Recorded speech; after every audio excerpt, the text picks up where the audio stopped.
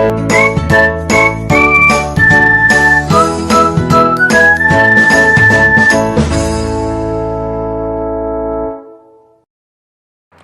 जीनियर्स, welcome back to my channel. So geniuses, जो आज हम करने जा रहे हैं वो है आपका इलस्ट्रेशन नंबर 10।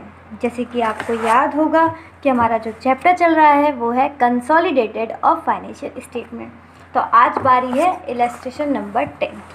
लेकिन इलस्ट्रेशन नंबर 10 शुरू करने से पहले थोड़ा सा ज्ञान ले लेते हैं। किसके बारे में? इससे इलस्ट्रेशन नंबर के पीछे ही एक टॉपिक है, उसका क्या है वो? Uniform accounting policies. Uniform accounting policies क्या होता है? तो देखो, जैसे आपको पता है, मैंने आपको बताया था कि ये होल्डिंग की बैलेंस शीट है और ये सब्सिडरी की बैलेंस शीट। इन दोनों को मिला दें तो इसको अपन बोलते हैं क्या? कंसोलिडेशन।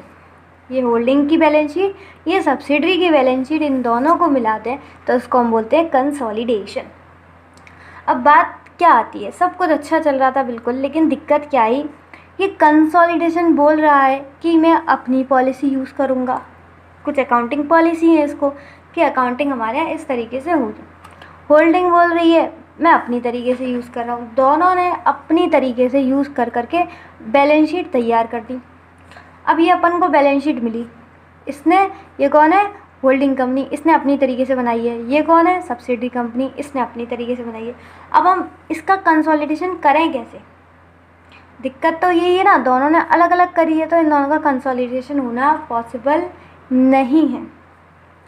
इसलिए हम क्या करते हैं, दोनों को सेम अकाउंटिंग पॉलिसी करके कंसोलिडेशन करेंगे।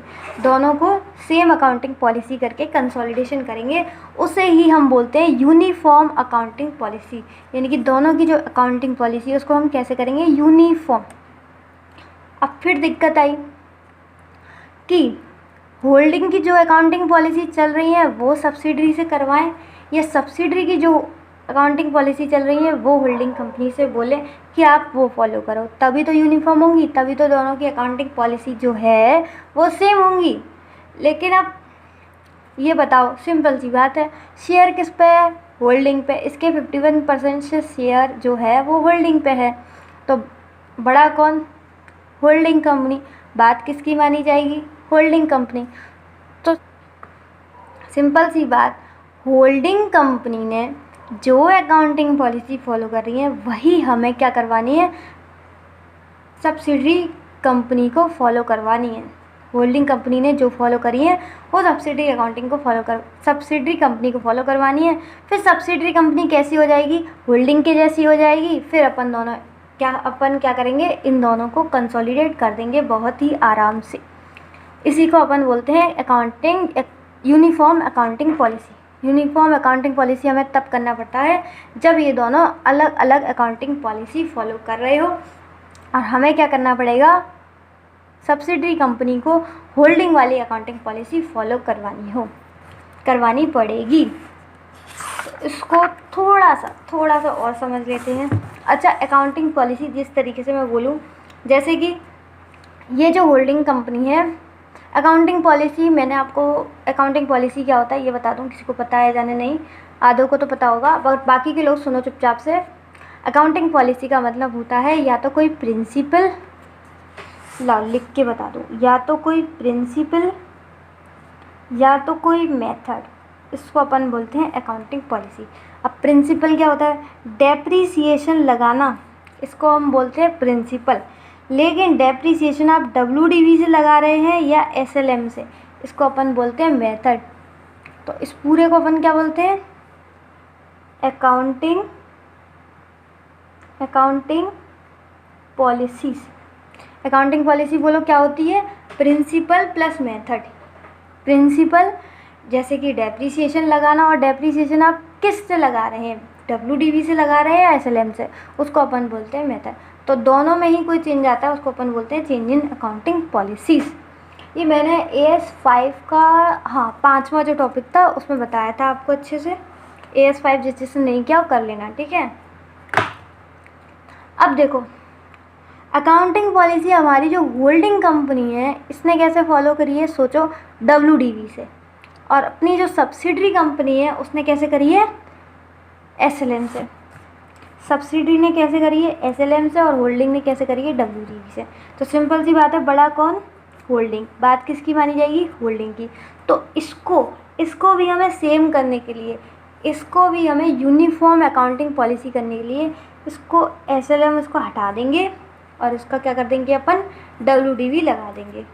उसी तरीके से दूसरा एग्जांपल दूं, अपनी जो होल्डिंग है वो यूज़ कर रही है आपका फीफो मेथड, ठीक है।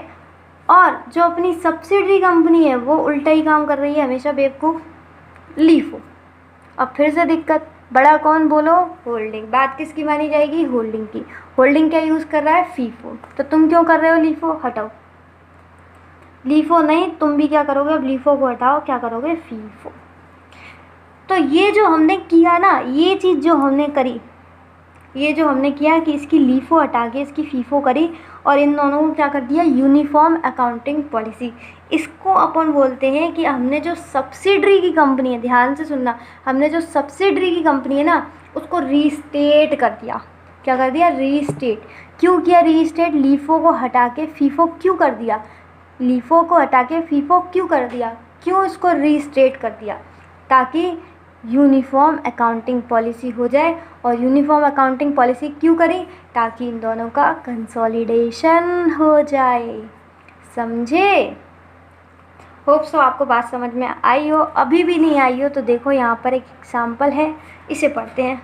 For example, if the subsidiary company follows LIFO method, अगर सब्सिडरी कंपनी आपका कौन सा यूज़ कर रही है, LIFO method, for valuation of inventory, सीधी बात है, इन्वेंट्री को वैल्यू करने के लिए क्या यूज़ कर रही है, LIFO. And the holding company follows FIFO method, holding क्या यूज़ कर रही है, फीफो। कोई और पेन है यहाँ पे, ये रहा। सब्सिडी कर रही है लीफो और होल्डिंग कर रही है FIFO. The financial statements of subsidiary company should be restated, देखो क्या कर रहे हैं, करना चाहिए, यानी सब्सिडरी कंपनी का हम रीस्टेट करेंगे। रीस्टेट कैसे करेंगे, इसका लीफो हटा के इसको भी अपन ले आएंगे फीफो पर। By adjusting the value of inventories to bring the same in line, बहुत ही ज़्यादा अंग्रेजी में लिखा हुआ है लेकिन बात सिंपल सही है। रीस्टेट करना मतलब लीफो हटा के फीफो करना, जिससे कि वो सेम इन लाइन हो जाए, यानी कि सब्सिडरी और होल्डिंग एक लाइन में चल रहे हैं।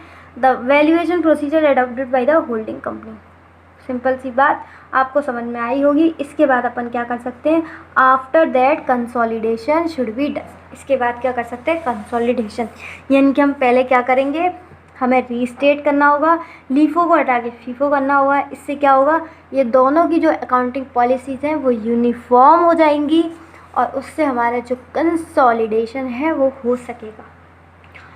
आई बात समझ में। 8 मिनट लगाए मैंने आपको सिर्फ और सिर्फ समझाने में, लेकिन ये जो 8 मिनट हैं बहुत कीमती हैं। इससे आपको मेन जो इम्पोर्टेंट कंसेप्ट है वो क्लियर हो गया कि भाई हम क्यों कर रहे हैं, क्या कर रहे हैं और क्यों कर रहे हैं। हम रीस्टेट कर रहे हैं तो क्यों कर रहे हैं, यूनिफॉर्म करने के लिए। यूनिफॉर्म क्यों कर रहे हैं, ताकि कंसोलिडेशन हो सके। तो इसको इस वाले जो पैरा है एक और बार पढ़ लेना, इतनी भी कठिन अंग्रेजी नहीं है, ठीक है, पढ़ लेना। चलो अब शुरू करते हैं अपना illustration number 10। Consider the following summarise balance sheet of subsidiary B limited. किसकी बैलेंस शीट दे रखी है, बी लिमिटेड की। 2 साल की दे रखी है और 15 और 16 की, ठीक है। आगे देखो क्या दे रखा है, also consider the following information. इसको अपन क्या करना है, कंसीडर करना है। एक तो बैलेंस शीट को कंसीडर करना है और इस इंफॉर्मेशन को भी साथ साथ हमें क्या करना है, कंसीडर करना है। तो देखो क्या बोल रहे हैं, B limited is a subsidiary of A limited, यानी कि ए हो गई आपकी होल्डिंग कंपनी और बी लिमिटेड हो गई आपकी सब्सिडरी कंपनी। अब ठीक है, B limited is a subsidy of holding company, हाँ समझ में आ गया हमें। Both the company follow calendar years as accounting year. दोनों के दोनों कंपनी क्या यूज़ करते हैं, अकाउंटिंग ईयर कैसा यूज़ करते हैं, कैलेंडर ईयर। तो दोनों जने सेम यूज़ कर रहे हैं, कोई इसका मतलब तो है नहीं। आगे बढ़ो, ए का हमें कुछ नहीं करना। बी देखो, A limited values inventory on LIFO basis. यही तो अपन ने एग्जाम्पल में देखा था, वही है। ए लिमिटेड जो है वो कैसे यूज़ करती है, लीफो बेसिस पे। सिंपल सी बात, बी लिमिटेड उल्टा करती होगी, while B limited use FIFO basis.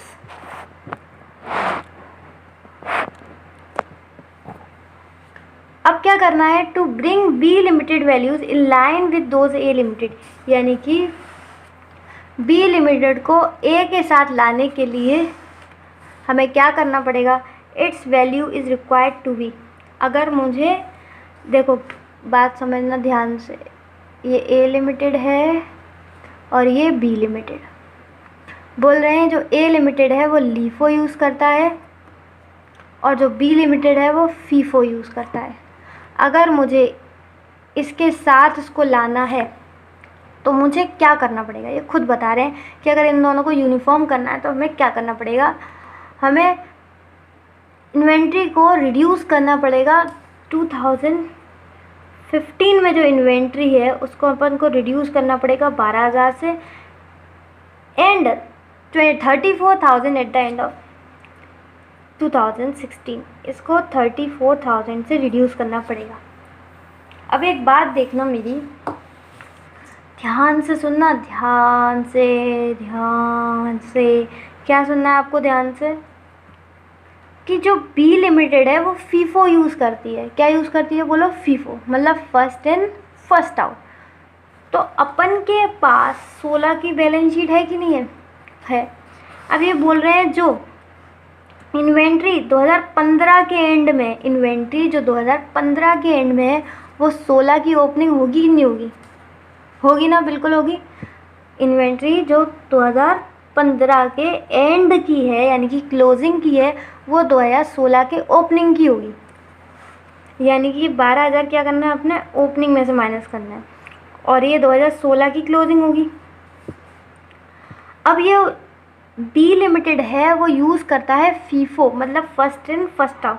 तो ये जो ओपनिंग इन्वेंट्री है तो उसको हमें 12,000 से कम करने की ज़रूरत नहीं है। ये हमारे लिए बिल्कुल रेलेवेंट पॉइंट नहीं है, इट्स एन नॉन रेलेवेंट।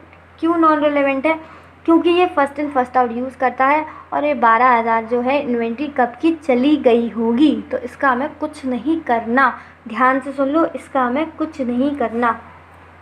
लेकिन जो 34,000 जो अभी भी है, 16 की बैलेंस शीट दे रखी है ना, 16 की जो ओपनिंग है उसका तो कुछ करना नहीं है, लेकिन जो 16 की क्लोजिंग जो इन्वेंट्री है उसको हमें करना पड़ेगा। क्या करना पड़ेगा, उसको हमें 34,000 से बोल रहे हैं कम करना पड़ेगा। समझा, वेरी गुड। यानी कि हमें बस इतना समझ लो मेरी बात कि 12,000 का हमें कुछ भी नहीं करना, हमें सिर्फ और सिर्फ किसका करना है, 34,000 का। क्या करना है, क्लोजिंग इन्वेंट्री को कम करना है। अब एक एक एडजस्टमेंट पढ़ेंगे और एक एक को करेंगे। तो पहले अपन सॉल्यूशन पे आ जाते हैं, ठीक है। ये अपना आ गया solution book, consolidated financial statements, illustration number 10। अपन क्या कर रहे हैं, सबसे पहले देखो ये सारी जितने भी एडजस्टमेंट हमें नीचे पॉइंट्स दे रखे हैं उसकी वजह से जो रिजर्व होगा अपना, मतलब अपना प्रॉफिट एंड लॉस और जो भी रिजर्व रखा है वो इफ़ेक्ट हुआ होगा। तो सबसे पहले अपन वो जो है वो करेक्ट निकालते हैं, करेक्ट करना पड़ेगा। तो आओ फटाफट वर्किंग नोट नंबर 1 बनाते हैं। Adjusted revenue reserves of B limited, किसके, बी लिमिटेड के रेवेन्यू रिजर्व्स को क्या करना है, अपन को एडजस्ट करना है। कब करना है, ऑन 31/12/2016, क्योंकि ये कैलेंडर ईयर यूज़ करते हैं ना तो इसलिए दिसंबर आ रहा है। ये सब अपन क्यों कर रहे हैं भाई, टू मेक यूनिफॉर्म पॉलिसीज, इसलिए कर रहे हैं, ठीक है। फॉर्मेट बना दिया।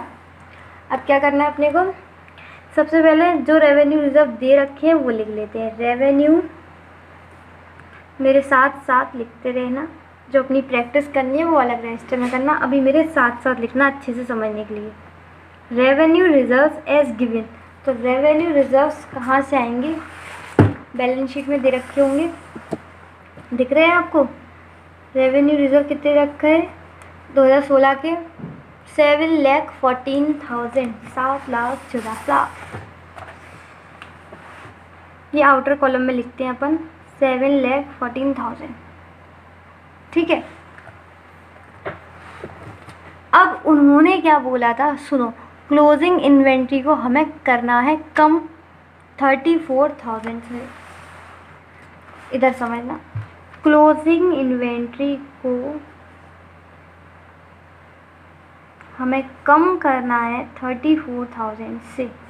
तो क्लोजिंग इन्वेंट्री अगर कम हो रही है तो इसकी वजह से अपना प्रॉफिट भी तो अफेक्ट होगा, डबल एंट्री होगी कि नहीं होगी, भूल गए क्या? क्लोजिंग इन्वेंट्री अगर 34,000 से कम हो रहा है तो अपना जो प्रॉफिट है वो भी 34,000 से कम होगा कि नहीं होगा? ये तो आप सीख के आए हो एंट्रेंस एग्ज़ाम में कि नहीं सीख के आए हो? वहाँ पर ऐसे बहुत क्वेश्चन आते हैं। क्लोजिंग इन्वेंट्री अगर 34,000 से कम होगा तो प्रॉफिट भी क्या होगा? 34,000 से कम। सिखाना पड़ेगा क्या ये भी? चलो सीख लेते हैं, ठीक है। सीखने में शर्माना कैसा, आप फटाफट सीख लेते हैं, ठीक है। जिसको भी नहीं होता बेटा, कोई नहीं देख रहा, चुपचाप से सीख लो इसे। अब देखो, जैसे सपोज करो ये अपना जो है P&L account, trading and P&L account में ओपनिंग दे रखा है, ठीक है। ओपनिंग स्टॉक कुछ भी नहीं दे रखा, 0 है। परचेज आपको दे रखा है 10। ये मैं आपको ये बता रही हूँ कि क्लोजिंग इन्वेंट्री अगर 34,000 से कम है तो प्रॉफिट 34,000 से कम कैसे हो गया, मतलब इन दोनों के बीच में पॉजिटिव रिलेशनशिप क्यों है, ये मैं आपको बता रही हूँ, ठीक है। तो ध्यान से समझना। देखो, ये अपने पास जो परचेज है वो 10 है, सेल्स जो है वो अपनी 15 है, और जो क्लोजिंग इन्वेंट्री है वो है आपकी 5। अब प्रॉफिट निकालो। आप कहोगे बड़ा आसान है ये तो प्रॉफिट निकालना, 15 और 5 20, 20 में से 10 गए 10, और प्रॉफिट आ गया आपका 10, है कि नहीं? अब देखो मेरी बात, कैसे आ गया प्रॉफिट? परचेज आपने कितनी, देखो पहला कोई स्टॉक तो था नहीं तो उसको मारो गोली। परचेज आपने कितनी की थी? 10। 10 में से आपने 5 तो अभी रखा ही अपने पास, मतलब 5 जो है वो बिका नहीं। जो 10 में से बाकी बचा कितना बोलो? 10 में से 5 गए 5। इस 5 को देखो आपने कितने में बेचा है?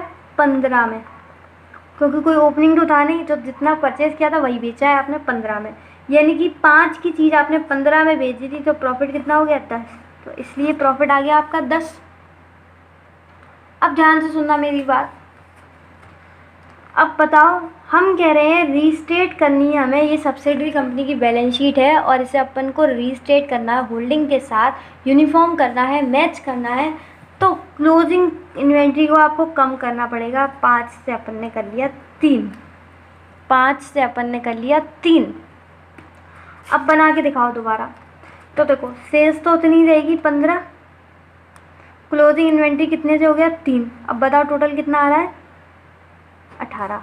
ये कब की बात है? जब आपकी क्लोजिंग इन्वेंट्री क्या हो गई है? कम हो गई है। तो 15 से कितनी 5 से कितनी हो गई? 3। अब टोटल निकालो तो देखो कितना होगा? 15 और 3 18। अब 18 में से 10 माइनस करोगे तो आपका जो प्रॉफिट है वो कितना आएगा? 8। आपका जो प्रॉफिट आएगा वो कितना आएगा? 8। यानी कि मैंने क्लोजिंग इन्वेंट्री को 5 से 3 कर दिया, कम कर दिया, तो जो मेरा प्रॉफिट है वो भी 10 से 8 यानी कि कम हो गया। प्रॉफिट मैंने 2 से कम कर दिया, 5 से 3 मतलब कितना? 2 से मैंने कम कर दिया, 2 से मैंने कर दिया, तो मेरा जो प्रॉफिट है वो भी 2 से कम हो गया। ये मैं आपको कुछ इस क्वेश्चन से रिलेटेड नहीं है, ये कुछ चीज़ें जो मैंने आपको अभी बताई है ये इस क्वेश्चन से रिलेटेड नहीं है। ये आपने CPT या फाउंडेशन में पढ़ा होगा, वही है ये।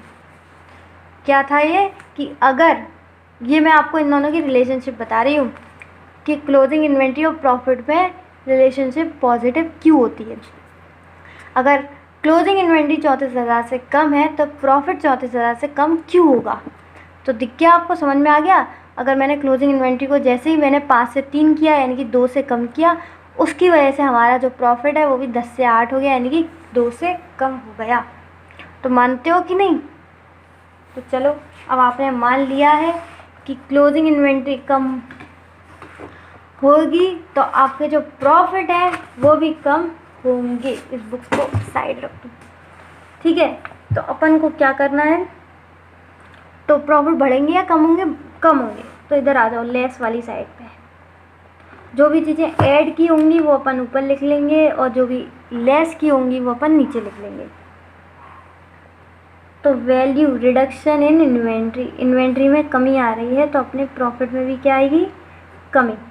रिडक्शन इन इन्वेंट्री कितने से बोलो? 34,000 से। तो ये अपन इनर कॉलम में लिख रहे हैं, और भी जो भी माइनस की चीज़ें होंगी वो भी अपन इनर में लिख देंगे, फिर डायरेक्ट माइनस कर देंगे इसमें से। तो उम्मीद है आपको जो बी वाला पॉइंट है, मतलब जो पहली एडजस्टमेंट है, वो समझ में आई होगी। इसमें बोला था कि अगर आपको इन दोनों को रीस्टेट करना है, मतलब बी लिमिटेड को रीस्टेट करना है, ए लिमिटेड से मैच करना है, तो आपको क्या करना पड़ेगा?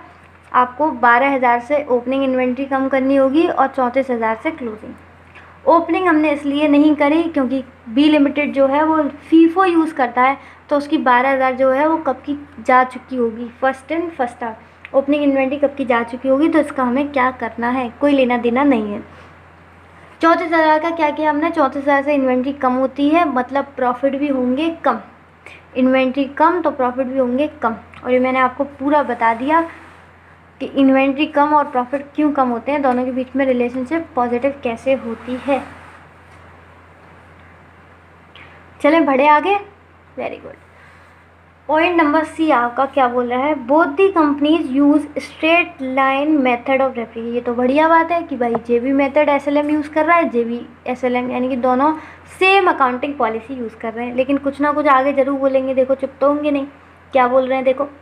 However A limited charges depreciation at the 10%।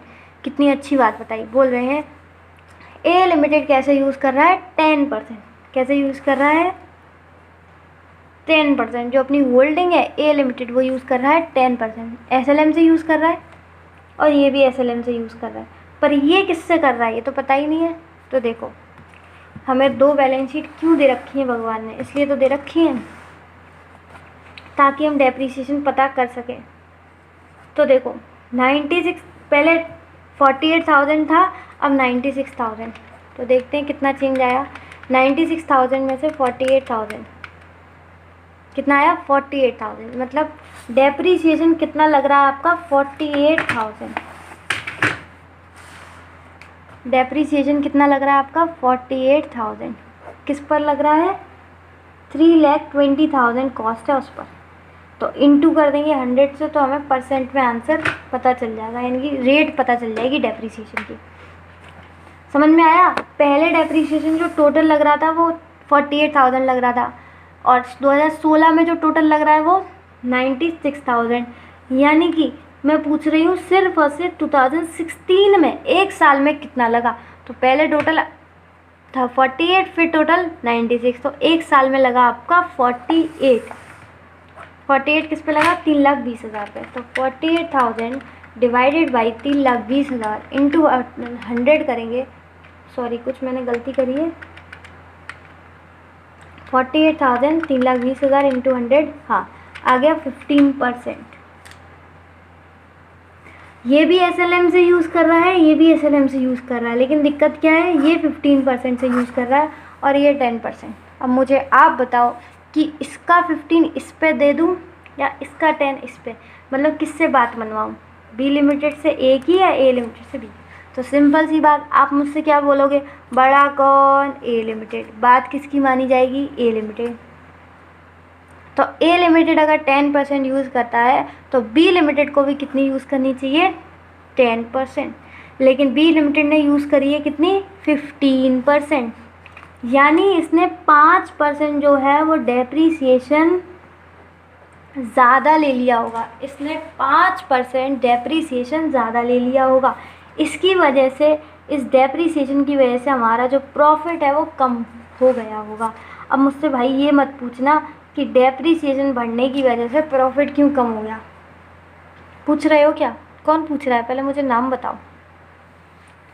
Depreciation हमने बढ़ा दिया है, हमें सिर्फ और सिर्फ 10% यूज़ करना चाहिए था, लेकिन अपन ने 15% यूज़ किया है, यानी हमने डेप्रीसिएशन बढ़ा दिया, यानी हमने अपने एक्सपेंस की जो साइड है वो बढ़ा दी है। तो सिंपल सी बात, प्रॉफिट की जो साइड होगी वो क्या होगी? कम हो जाएगी।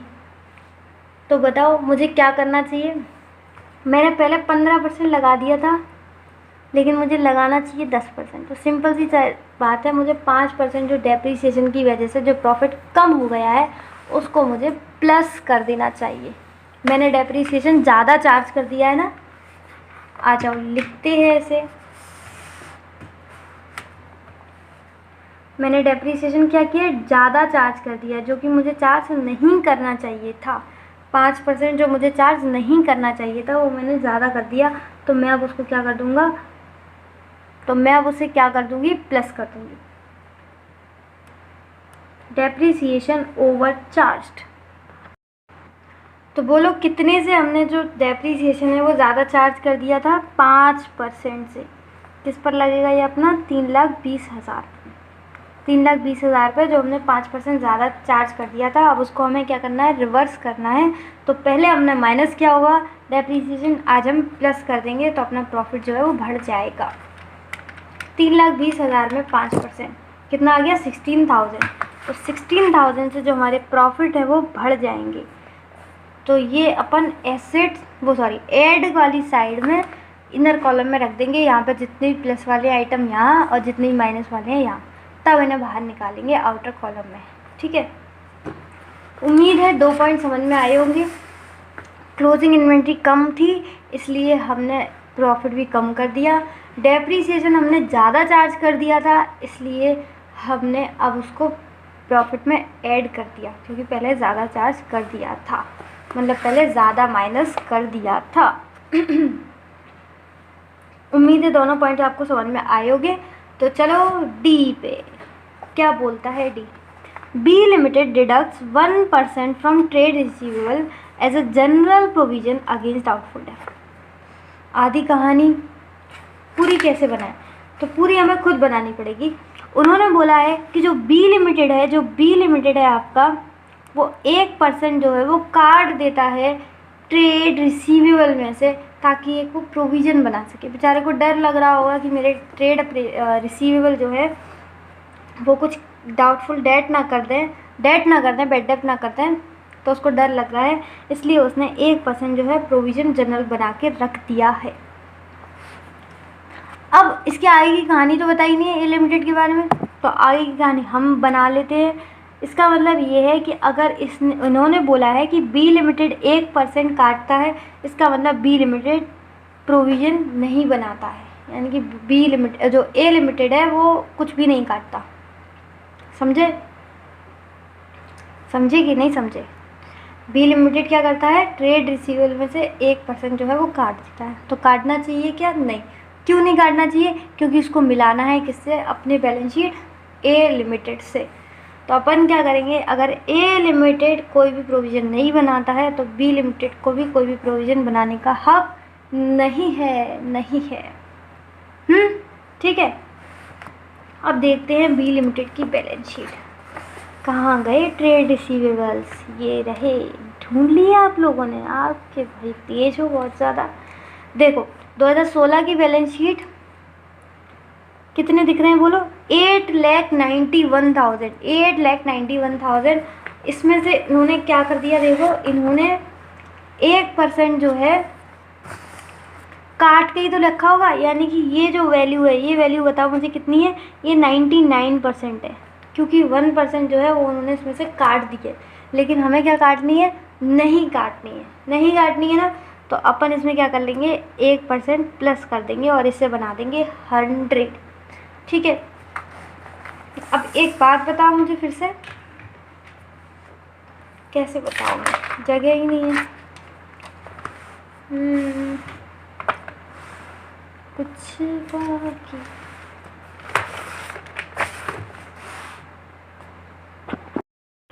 देखो मेरी बात, इसने प्रोविज़न बनाया था 1% का, इसने प्रोविज़न बनाया था 1% का। तो प्रोविज़न जब इसने बनाया था तो ये एक्सपेंस साइड डाला होगा, इसकी वजह से जो हमारे प्रॉफिट थे वो भी कम हो गए थे। क्या इसे प्रोविज़न बनाना है? नहीं।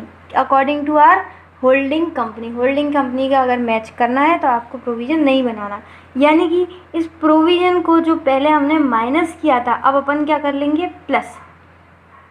अब अपन क्या कर लेंगे? इसे प्लस। और अगर अपन प्रोविज़न को प्लस करें यानी कि हमारा प्रॉफिट बताओ बढ़ेगा कि नहीं बढ़ेगा? अब ये कौन मुझसे बार बार ये बात पूछ रहा है कि अगर प्रोविज़न को अगर रिवर्स कर रहे हैं तो प्रॉफिट क्यों बढ़ रहा है? भाई ऐसी मेरे से कोई बात पूछ तो नहीं रहा है? सोच लो अपना नाम, मुझे बताना। प्रोविज़न हमारा एक एक्सपेंस होता है जो हमने पहले माइनस कर रखा था, लेकिन अगर अब हमें क्या करना है? रिवर्स करना है, यानी कि प्लस करना है। तो एक्सपेंस हमारे जो है वो कम हो रहे हैं, यानी कि प्रॉफिट हमारा जो है वो बढ़ेगा। नहीं आई हो तब भी कोई बात नहीं, ऐसे शर्माना नहीं, मुझे कमेंट बॉक्स में पूछ लेना, मैं आपको और अच्छे से समझा दूँगी, ठीक है? तो बोलो क्या होगा? ये कौन सी साइड में आएगा? आपकी ऐड वाली साइड में। कौन सी साइड में आएगा? ऐड वाली साइड में। प्रोविज़न फॉर डाउटफुल डेट जो हमने पहले बनाया था उसको अपन क्या कर रहे हैं? इज़ नाउ, अब हम क्या कर रहे हैं? इज़ नाउ रिवर्स्ड, क्योंकि ए लिमिटेड प्रोविज़न नहीं बनाता तो हमें भी नहीं बनाना चाहिए। अब प्रोविज़न की वैल्यू कैसे निकालेंगे? तो देखो, जो हमें ट्रेड रिसीवेबल की वैल्यू दे रखी है वो 891 दे रखी है, उसमें से 1% प्रोविज़न ऑलरेडी कट चुका है, यानी कि ये वैल्यू कितनी होगी? सिर्फ और सिर्फ 99। और प्रोविज़न कितना था? 1%, तो इनटू कर देंगे 1, इससे हमें 1% की वैल्यू जो है वो पता चल जाएगी। तो 8,91,000 जो वैल्यू है वो 99 है। अगर 1 से इंटू कर दें तो हमें क्या पता चल गई? प्रोविज़न इससे कितना कटा था? तो प्रोविज़न कटा था अपना 9,000।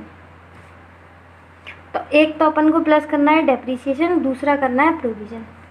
एक तो अपन को प्लस करना है 16,000 और दूसरा करना है 9,000, यानी कि टोटल हमें प्लस करने हैं 25,000। इसलिए मैंने इसको अब क्या कर दिया? आउटर कॉलम में मैं इसे ले आई। अब आते हैं क्वेश्चन को आगे पढ़ते हैं। एक पॉइंट और रह गया होगा बस, मुझे लगता है लास्ट पॉइंट रह गया। समझो ध्यान से। Prepaid expenses in B limited, B limited के प्रीपेड एक्सपेंसेस देखना कोई है कि वैसे ही मज़े ले रहे हैं? हाँ सच में दिख रहे हैं भाई, 48,000 दिख रहे हैं, 48,000 बोल रहे हैं। जो प्रीपेड एक्सपेंसेस बी लिमिटेड में दिख रहे हैं उसमें क्या है? Include advertisement expenditure. उनके उसमें क्या है? इंक्लूड एक्सपेंडिचर, यानी कि ये जो 48,000 आपको प्रीपेड एक्सपेंसेस दिख रहे हैं ना, इसके अंदर एडवर्टाइजमेंट एक्सपेंडिचर है, इंक्लूड है। कैरीड फॉरवर्ड ऑफ 60,000 इन 2015, ठीक है, 30,000 इन 2016, being part of initial advertisement expenditure जो किसका? इनिशियल 90,000 इन 2015। कहने का मतलब इन्होंने 2015 में, किसने? बी लिमिटेड ने 2015 में क्या किया है? 90,000 के एक्सपेंस किए हैं, which is being written off over 3 years, जो कि 3 सालों में क्या होने चाहिए? रिटन ऑफ होने चाहिए। तो एक तो 2015 में होंगे, दूसरा 2016 में होंगे और तीसरा 2017 में होंगे, यानी कि 2015 में 30,000 होंगे। 90,000 बोल रहे हैं, ध्यान से सुनो, 90,000 बोल रहे हैं 3 सालों में रिटर्न ऑफ होंगे। तो 90,000, एक तो 2015 में 30,000 हो जाएंगे, 90,000 को अपन को 3 साल में, मतलब 3 3 जा 9, तो 30,000, 30,000 और 30,000, इस तरीके से जो है हमें रिटर्न ऑफ करना है। ये कौन बोल रहा है? बी लिमिटेड बोल रहा है। बी लिमिटेड की पॉलिसी है ऐसे कि 90,000 को वो 3 साल में क्या करेगा? रिटर्न ऑफ करेगा, 30 30 30 करके। अब क्या बोल रहे हैं? Similarly amount of advertisement expenditure of A limited. अब ये बात कर रहे हैं अगर ए लिमिटेड होता तो क्या करता? ए लिमिटेड करता है has been fully written off in 2015, यानी कि वो जो सारा का सारा एक्सपेंडिचर है वो, मतलब 90,000 सारा का सारा उसी साल में खर्च कर देता। मतलब उसी साल में रिटर्न ऑफ कर देता, तो वो ऐसे नहीं पालता कि 30,000 30,000 30,000, वो डायरेक्ट 90,000 जिस साल में करे उसी साल रिटर्न ऑफ कर देता। अब देखो उसको मैं कैसे समझाऊँ आपको। एक नया पेज लेते हैं, उस पर समझते हैं तो ज़्यादा अच्छे समझ में आएगा। बी लिमिटेड क्या करता है, बी लिमिटेड ने करे 2015 में 90,000 एक्सपेंडिचर। अब उसको वो रिटर्न ऑफ कैसे करता है, 3 सालों में। तो 90,000 को 3 से डिवाइड करो, 30,000 वो 2015 में करेगा, 30,000 वो 2016 में करेगा और 30,000 वो 2017 में करेगा। अगर ए लिमिटेड होता तो वो 90 के 90,000 जो है वो यहीं कर देता। यानी कि बी लिमिटेड ने क्या ये गलती करी है, जी हाँ गलती करी है। अब देखो 15 में जो बात होनी थी वो हो गई, 16 में भी हमने 30,000 कर दिए, यानी कि हमने अभी तक किया नहीं। अगर हम इसकी बात माने तो हमें सारा का सारा रिटर्न ऑफ कर देना चाहिए था, लेकिन अब तक हमने सिर्फ और सिर्फ कितना किया है, 30,000 यानी कि 60,000 ही किया है। अगर हम ए लिमिटेड की बात माने तो इस 30,000 को जो अब तक हमने रिटर्न ऑफ नहीं किया है, इसको भी अपन को रिटर्न ऑफ कर देना चाहिए। तो हमारे पास बैलेंस शीट किसकी है, 16 की, तो इस 30,000 को क्या कर देते हैं, 16 में ही एडजस्ट कर देते हैं। तो 30,000 बोलो अगर मैं एक्सपेंस में बढ़ा दूँ तो प्रॉफिट हमारा 30,000 से क्या हो जाएगा, एक्सपेंस बढ़ेंगे तो प्रॉफिट क्या होगा, कम हो जाएगा। ठीक है, ये दो तो हमने ऑलरेडी कर दिए 15-16 में, लेकिन ये जो तो 2017 में होना चाहिए था अकॉर्डिंग टू बी लिमिटेड, लेकिन ये लिमिटेड बोल रहा है करो हटाओ इससे, सबको एक साथ रिटर्न ऑफ कर दो। तो ये दोनों तो अपन ने कर लिए, इसको रह गए बेचारा, तो 30,000 को भी हमने एडजस्ट कर दिया। 30,000 से अगर हम एक्सपेंस बढ़ेंगे तो प्रॉफिट क्या होगा, कम हो जाएगा। तो ये बताओ ऐड वाली लाइन में आएगा, लेस वाली लाइन में, लेस वाली लाइन में। तो बहुत ही ज़्यादा यहाँ पर आपको समझाने के लिए मैंने पता नहीं क्या कर रखा है। किसी को समझ में आ रहा है, आ रहा होगा, इतना तो समझाया है मैंने। तो लेस वाली साइड में आएगा, एक लेस वाली साइड में ऑलरेडी आ चुका है इन्वेंट्री, दूसरा आएगा। दूसरा क्या है अपना, एडवर्टाइजमेंट एक्सपेंडिचर। राइटिंग पे मत जाना please. Remaining balance return of, जो अभी तक रिटर्न ऑफ नहीं हुआ है, रिमेनिंग, राइटिंग में मत जाओ, मैं जो बोल रही हूँ वो सुनो, ठीक है, जो मैं बोल रही हूँ ना वो लिखो, रिमेनिंग बैलेंस रिटर्न ऑफ। तो रिमेनिंग बैलेंस 90,000 में से 60,000 तो हम ऑलरेडी रिटर्न ऑफ कर चुके होंगे, क्योंकि 16 की बैलेंस शीट बन चुकी है, 15 की बैलेंस शीट बन चुकी है, यानी कि 30,000 तो रिटर्न ऑफ कर दिया। ये 30,000 रिटर्न ऑफ नहीं किया तो वो भी हमें कर देना चाहिए ए लिमिटेड के अनुसार। तो रिमेनिंग बैलेंस है आपका 30,000, तो 30,000 भी हमें क्या कर देना चाहिए, रिटर्न ऑफ कर देना चाहिए। तो बताओ माइनस माइनस में दो चीज़ें आ गई, एक तो ये, एक तो ये। प्रॉफिट को हमें 34,000 से कम करना है, प्लस 30,000 से भी कम करना है, यानी कि टोटल प्रॉफिट कितने से कम करना है, 64,000 से। तो यानी हमारे पास रिजर्व इतने दे रखे थे, इतना हमारे में प्लस करना है और इतना माइनस करना है, और हमारा जो आंसर आएगा वो आएगा आपका एडजस्टेड रेवेन्यू रिजर्व। ने यहाँ पे जो डेप्रीसिएशन है वो 5% एकदम सही लगाया है, लेकिन 3,20,000 पे 2015 और 2015 में भी 15% से लगाया होगा और 2016 में भी हमने 15% से लगाया था, लेकिन हमें डेप लगाना है 10% और 10% से, यानी कि 5% से हमने यहाँ ज़्यादा लगा दिया था और 5% से हमें यहाँ ज़्यादा लगा दिया था।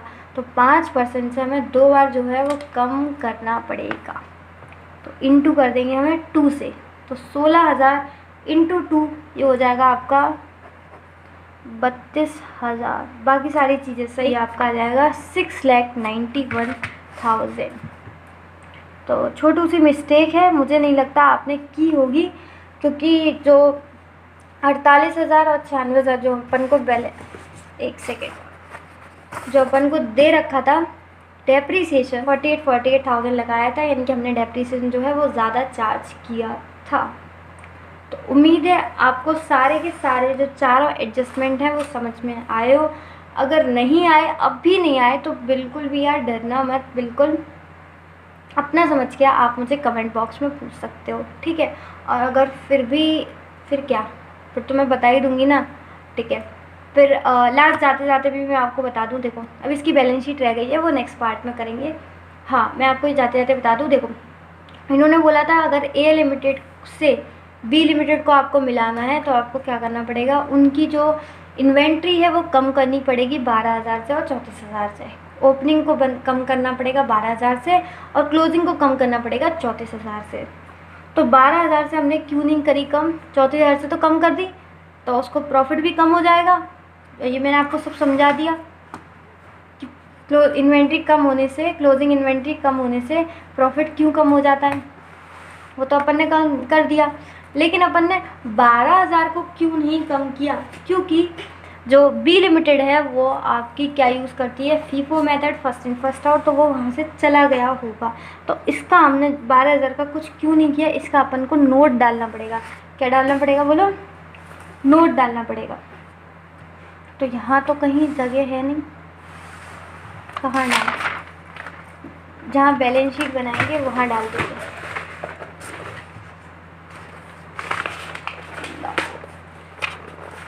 याद आ, तो जैसे कि आपको पता है, तो अपन यहाँ पर नोट डाल देते हैं। जैसे कि आपको पता है, यानी कि सिंस बी लिमिटेड फॉलोज, क्या फॉलो करता है, फीफो बेसिस, फीफो बेसिस।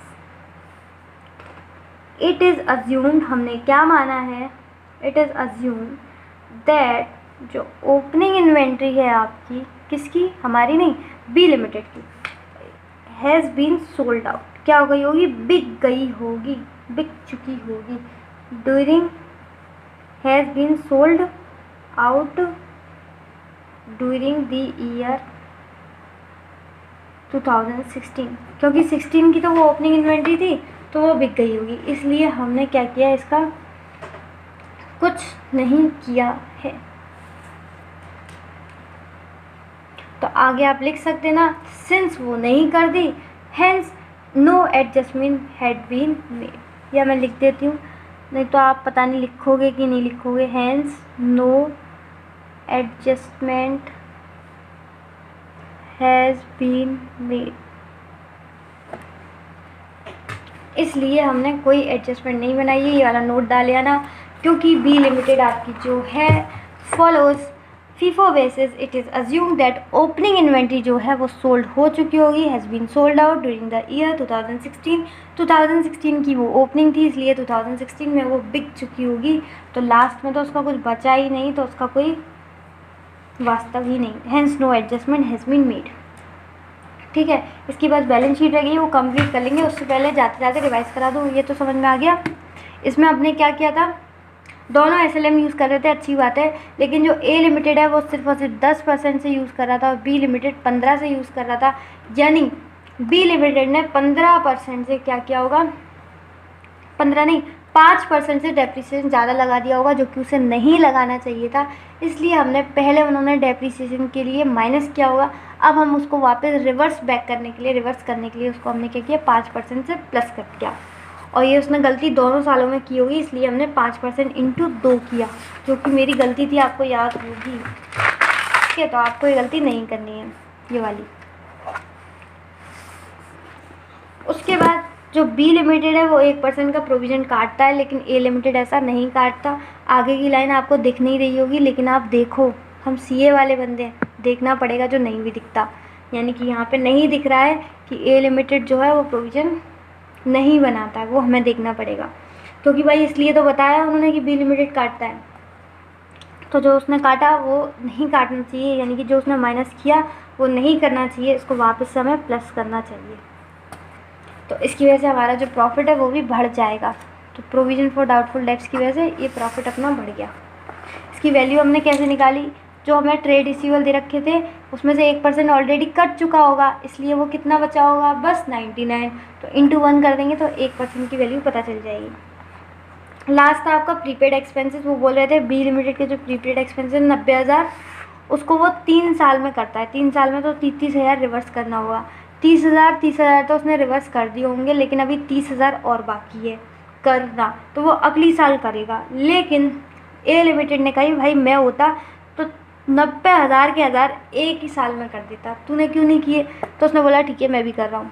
तो उसने कहा मैंने 30,000 तो ऑलरेडी कर चुके हैं रिटर्न ऑफ, 30,000 तो मैंने ऑलरेडी कर चुके हैं रिटर्न ऑफ, 30,000 रह गए, लाओ इसे भी फटाफट मैं माइनस कर दूँ।